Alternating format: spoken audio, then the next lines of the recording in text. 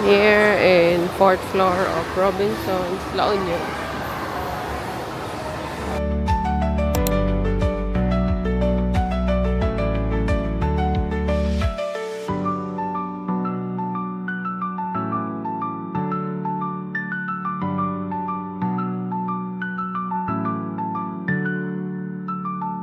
Here in Sunset Bay, we're going to eat dinner.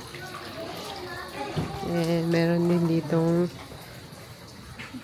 like hotel. So, pwede magstay dyan sa, it's like a resort. Not really hotel, resort siya. So, itong mga rooms dito, pwede ka magstay. Check kayo dun sa reception.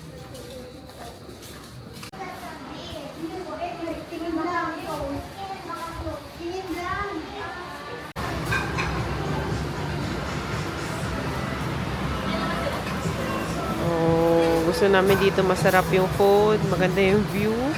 Medyo mainit lang pag daytime. Pero ito, yan, may beach dyan and there's swimming pool dun sa kabilang side.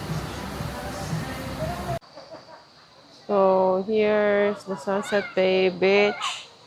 Yan. Although, medyo gray yung sand. Well, dito naman sa La Union, talagang gray ang sand. And, ayan, malakas ang alon. Medyo madilim na rin kasi. Buti hindi na umuulan today. And, yeah. So, dito yung swimming pool nila. Medyo maliit lang, pero, yeah, pang bata. Nice naman for kids. Sure, mag-enjoy sila dyan. Hindi pa namin na-try magstay dito, but yung friend ko, she tried one time and around nasa, sabi niya parang nasa 3 to 4,000 per night. So, mukhang sulit naman, maganda, relaxing, and masarap yung food talaga. Yun yung importante. So, on the other side, merong bar in case gusto niyo mag-inuman with your friends.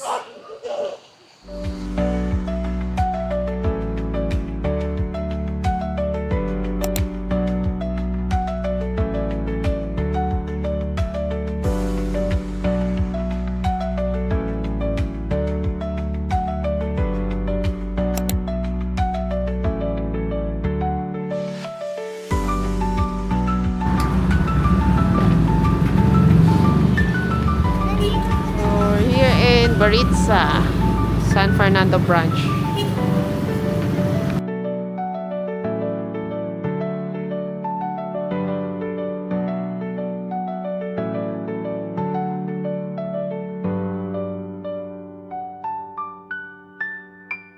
Nung May lang nagbukas.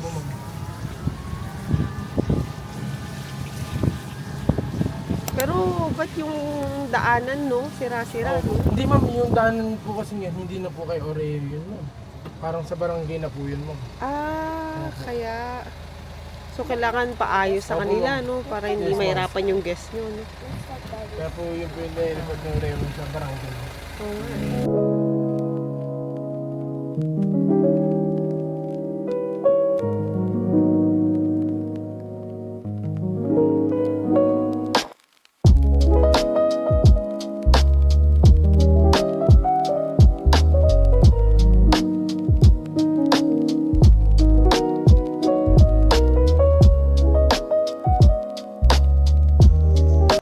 So, we're here now in Oreo, yung new building. This, they call it the premium. And ito, meron ibang, hindi siya connected doon sa room niya nung dati. And ito, mas malaki daw yung rooms dito. So, here, so nag-start daw to nung May and check-in pa lang kami today, right now. So, tomorrow morning, let's check the pool or tingnan natin kung may time tayo mamaya kung makikita pa yung pool. So, we can capture it. So, right now, meron daw nagde-debut. Ayan. May party. Kaya yung mga tao nag-park dun sa luma kasi yung daanan papunta dito, bako-bako. And sabi ko, yun nga, according to do sa ano, hindi daw hawak na ni Oreo yung lupa. barangay na daw. So, sana maayos na para next time. Diretso na dito yung lesson. Ngayon, nagpark kami doon sa luma. And, using yun, yan, nagsakay kami dyan sa, yan, free shuttle lang naman yan, galing doon sa kabila. Dinala din nila pati yung luggage namin dito. And, ayan, nag-check-in na tayo. Let's go! So, here, ang room natin for tonight, it's premium. May mini setup siya. Cute. So, let's check yung view downstairs. Ah.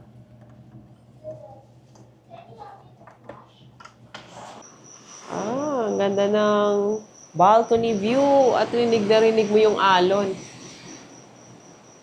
Swimming pool nyo sa baba and there's the beach. Here's their toilet. May blower. Typical. Yes. And the shower. So yeah, just the same shower gel and shampoo. Bring ka na lang ng conditioner kung gusto mo soft ang iyong hair. Yan, may safety deposit box.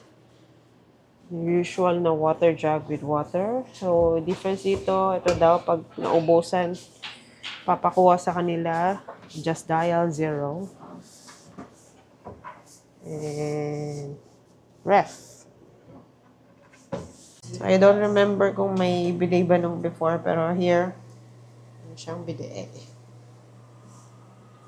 So, if you can see dyan, sabi nandyan yung event hall. So, katulad ngayon, mayroong debut dyan daw.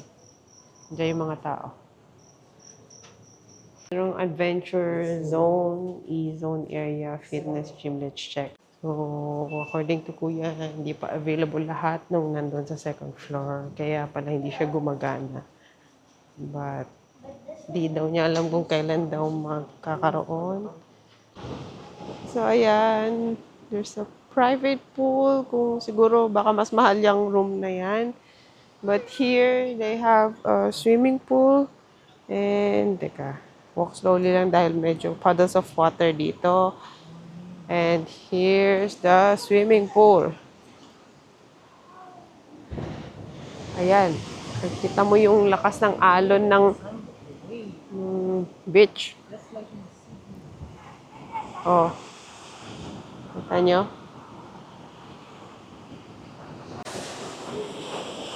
Ayan. Kitang-kita. Ayan, para siyang blowhole. Ah.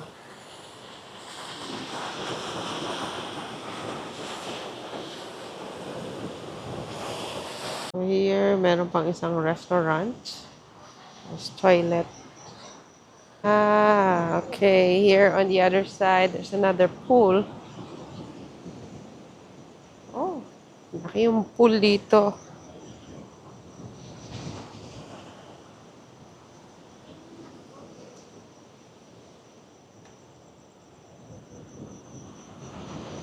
Sa kabila, meron din. Isa pa.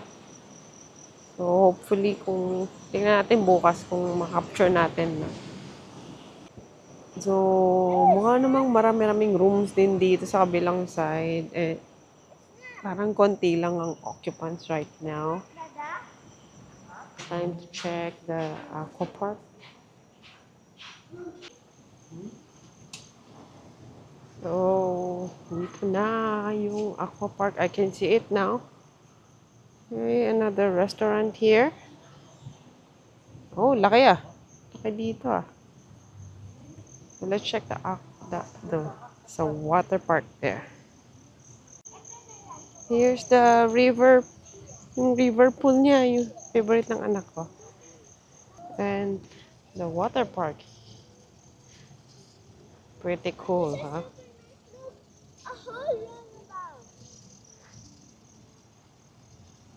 Show you how big yung river pool is. So, abot dun sa kabilang side and iikot ka.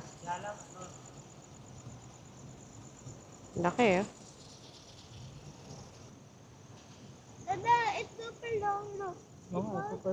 Ang laki ng river pool niya dito, much bigger than yung doon sa main na resort nila. And ang problema lang namin dito is dahil bago lang siya, maliit pa yung mga puno and konti lang yung masisilungan namin. So like if summer, ganyan, imagine nyo kung gaano kainit yan. No? Pero kung mahilig ka naman magpa-araw, I'm sure magugustuhan mo dito. Dinner buffet, 1,500 for adults, 11 and up. Kids, 750. So, 5 years old to 10. 4 years old below is free. There's an ATM, so can withdraw ng cash, pwede. You can even withdraw using your GCash, using yung GCash app, kahit hindi mo dala yung card. Ideas kung may gusto kong bilhin, banana chips, chicha corn. Oh, it's a chicha corn, not chicharon. Bag.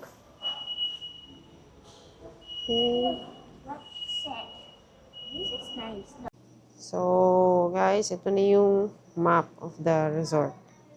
So, kung makikita nyo, let's put it down on the floor, on the bed.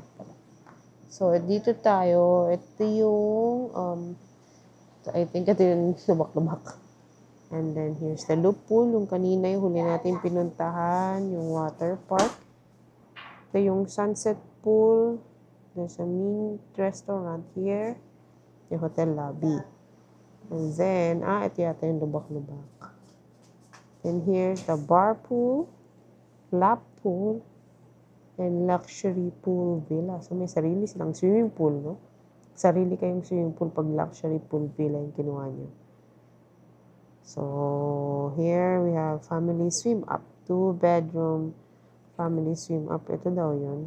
August Restaurant. So, I think nandito yung room natin. Somewhere. Saan ba? Somewhere. Maybe here? Good morning. Here's the view from the balcony this morning. Medyo moist pa yung camera. Oh, dito pala nakikita sa baba yung pool. Swimming pool dyan. Then yun yung isa pang private.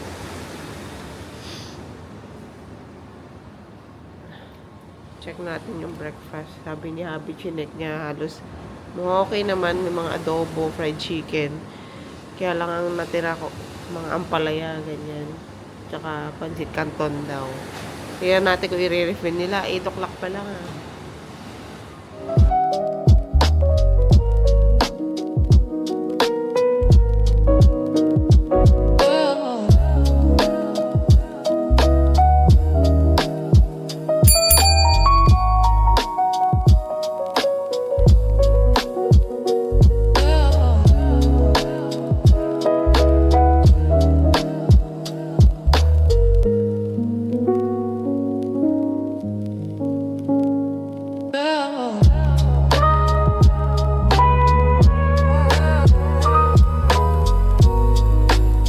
Thankfully, nag-refill naman sila after some time. Nakatayo ako doon. And here, nakakote ng pancit gisado, longganisa, ampalaya, chicken, danggit, cheese, sausage, egg. And nagkaroon din na refill yung adobo. Some soup and cheese bread. Tara, kain!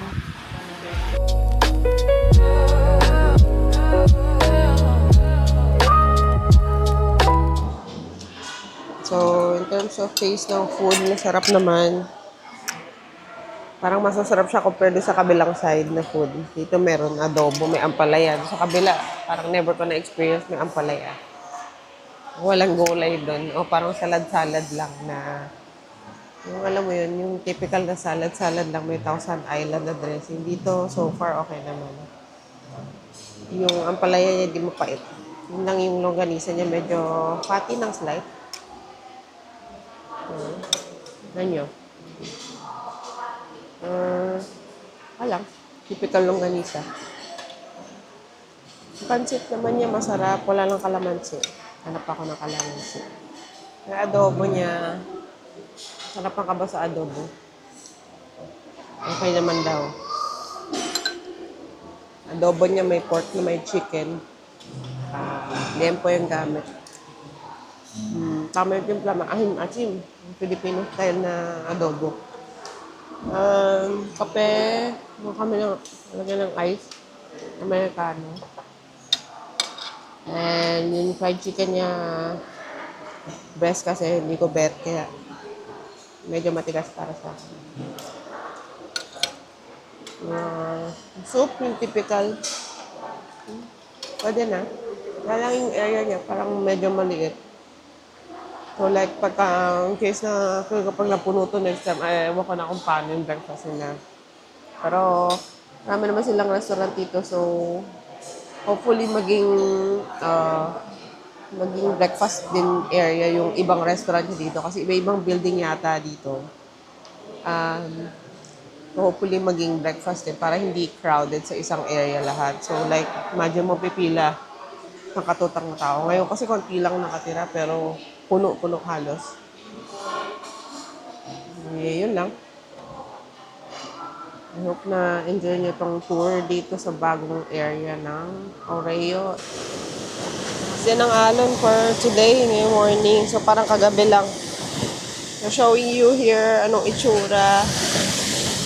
Lakas ng alon. Oh, sad. May mga konting dumi doon sa water. Yan, makikita mo naman yung beach niya dito. Yung sand is gray. And sa kabilang side, may nagsiswimming. Wala nang ulan today, pero parang nagbabadya. Medyo makulimlim, pero may araw. So, ito yung pool kagabi na video natin. And ayan lang siya. This is actually a kiddie pool daw. And mukhang 4 feet lang dito sa kabilang side. And yan, yung mga kids playing. We're going to check the pool. Dito yung look pool tsaka yung water park. Since kagabi, madilim na. Ayan, mas maliwanag na ngayon. And mas kita na kung ano yung meron dun sa water park. And syempre kagabi naka-off na yung mga water. And yan, ready na for swimming ang kids. And dito sa kabila, yung loop na pool. And makikita na natin ng mas malinaw. Kung kagabi ba ay hindi niyo makita. Kaya tayo dun sa bridge.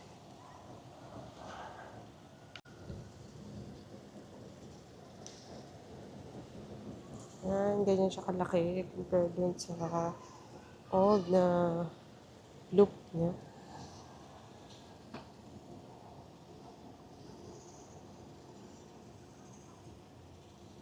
Ihamak na mas malaki, di ba? Sayang di kami nakaswimming kasi one night lang kami dito. For sure, we'll come back again and let's do a more thorough na vlog pagka kumpleto na yung facilities nila, yung like sa second floor na naka-close. Kasi ngayon, antayin natin mag-open para masakop natin ng vlog, no? Makita nyo rin kung ano yung laman sa loob. Shakir Spa and August Restaurant. Dito yung August Restaurant.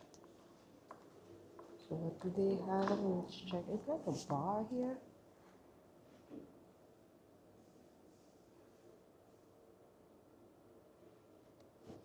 And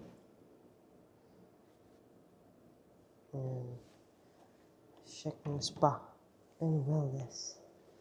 Very nice yung view dito. Kita yung beach. And yung pool. Hindi pa pala tapos yung spa and wellness area nila. And natnan ko is like an empty room na needs polishing. May table pero obviously di pa siya ayos. So, siguro kung Yan, kung gusto nyo yung mas mura, ngayon, introductory price na book namin, our room is 8,000, originally 11K. I'm going to add the link below kung gusto nyo mag-book dito sa Oreo. And whether Agoda or Klook, make sure to use my promo code para maka-discount kayo. And follow me, subscribe, and hit the notification button so that you're updated kung sa mga new vlogs ko. Thank you!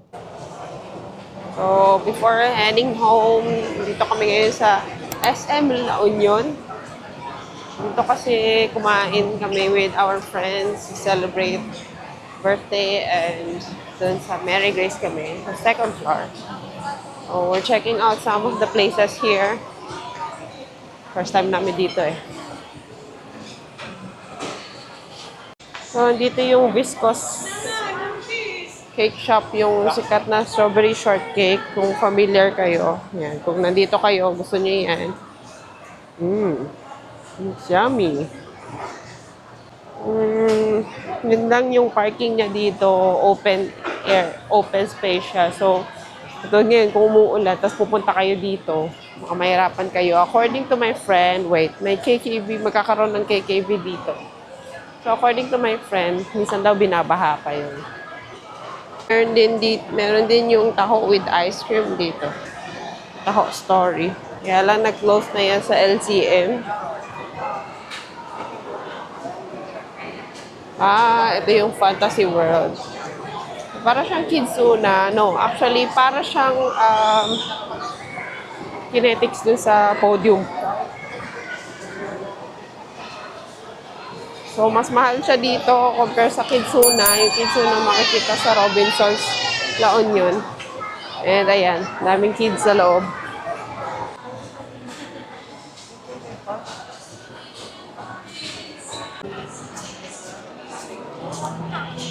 Ma'am, kalamansihan.